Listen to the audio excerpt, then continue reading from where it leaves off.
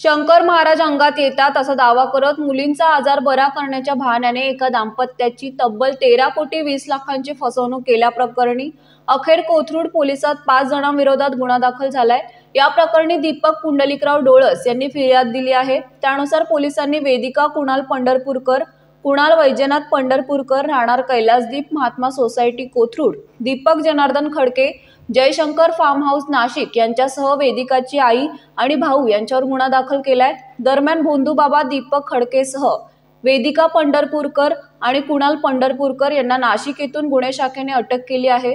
पोलिसांनी दिलेल्या माहितीनुसार तक्रारदार दीपक डोळस हे मूळचे पुण्यातील असून इंग्लंडमध्ये IT क्षेत्रात कार्यरत होते। त्यांच्या 2 मुलीवर उपचारासाठी ते 2010 मध्ये भारतात परतले। डोळस यांची भजनी मंडळाच्या माध्यमातून 2018 मध्ये दीपक खडकेशी ओळख झाली। खडकेने डोळस दाम्पत्याची वेदिका पंढरपूरकरची ओळख करून दिली। ती शंकर बाबांची लेक असून तिच्या अंगात शंकर बाबा येतात असे सांगून ती मुलींचे आजार बरे करेल अशी खात्री या दाम्पत्याला देण्यात आली। वेदिकाने दाम्पत्यांचा विश्वास संपादन करून मुलींचा आजार तुमच्या संपत्तीमुळे असून ती विकल्यावरच त्या बऱ्या होतील असे सांगितले। वेदिकेच्या सांगण्यावरून डोळस दाम्पत्याने इंग्लंडमधील ड्युप्लेक्स घर, फार्म हाऊस, कोकण आणि सासवड मधील शेतजमीन विकून सुमारे 13 कोटी 20 लाख रुपये तिच्या खात्यात वर्ग केले। त्यानंतरही मुलींच्या आरोग्यात सुधारणा न झाल्याने त्यांनी थेट पुणे पोलीस आयुक्त अमितेश कुमार यांच्याकडे तक्रार दिली। त्यानंतर कोथरूड पोलिसात गुन्हा दाखल झालाय।